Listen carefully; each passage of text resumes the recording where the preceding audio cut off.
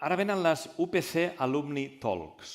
És una cosa que ens hem inventat perquè tenim alumnis molt rellevants que tenen coses que explicar-nos.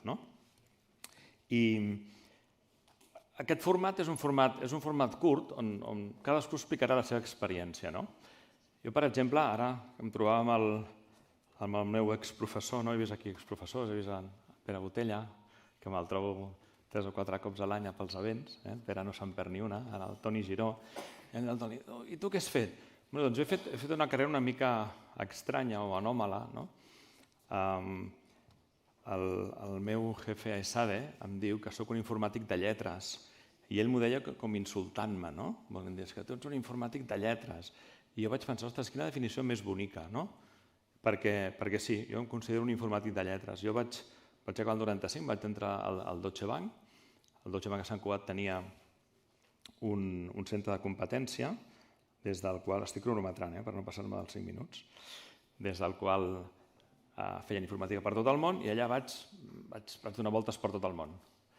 15 anys. I l'última proposta que em van fer, jo sempre explico que com que treballava tant no tenia nòvia i com que no tenia nòvia treballava molt. Llavors, a qui enviem a Finlàndia? A Lluís. I així jo anava sent solter perquè no tenia temps. No hi havia tecnologia per lligar abans. Abans lligaves a pelo. És una inversió en temps i recursos. I ara no, ara tot és diferent, ha canviat molt.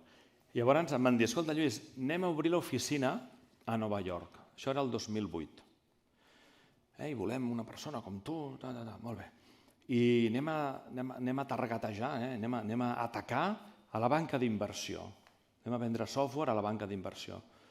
Ostres, tu, jo vaig pensar, Nova York, banca d'inversió, això sona molt bé, no? Em vaig deixar l'última part, 2008. Sí? Situeu o no? I clar, pam, va col·lapsar la banca mundial. Sona una frase grandiloqüent, però és així, no? Jo sempre dic que vam fer un pla de negoci a 5 anys i vam fer un anàlisi de riscos, allò que ens ensenyaven a la uni, saps? I com els mitigamos i tot.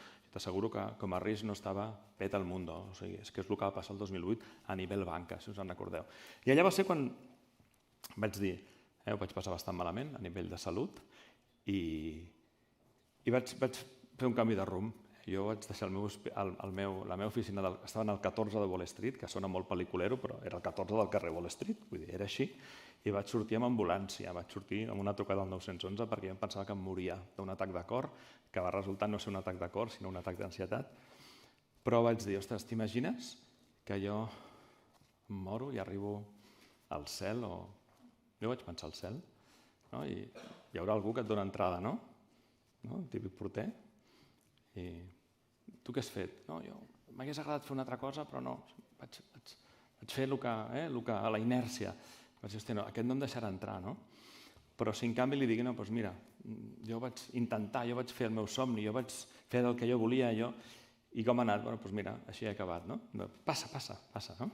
Llavors aquesta idea de no intentar-ho, amb aquest susto tan fort que vaig tenir, em va fer dedicar-me a una cosa completament diferent, aparentment, que és els equips, l'alt rendiment, la motivació, que al cap de 10 anys de marxar de la tecnologia i dedicar-me a gestionar el canvi a les empreses, com a enginyer, tenim tots el cap ben quadradet i això va molt bé, no tothom el té així, vaig dir, ostres, el canvi que més em demanen, sabeu quin és, no?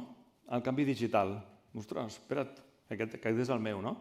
I llavors me'n vaig anar però vaig tornar per un altre, vaig fer un gir de 360, està ben dit, A mi em fa molta ràbia quan la gent diu, he hecho un giro de 360 grados, doncs t'has quedat igual.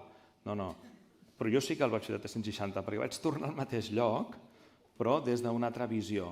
Llavors ara ja no toco tecnologia, sinó que toco equips, mentalitats de gent, però també enfocat a el que és la transformació digital. Bé, aquest és el meu petit viatge que us volia explicar com a informàtic de lletres.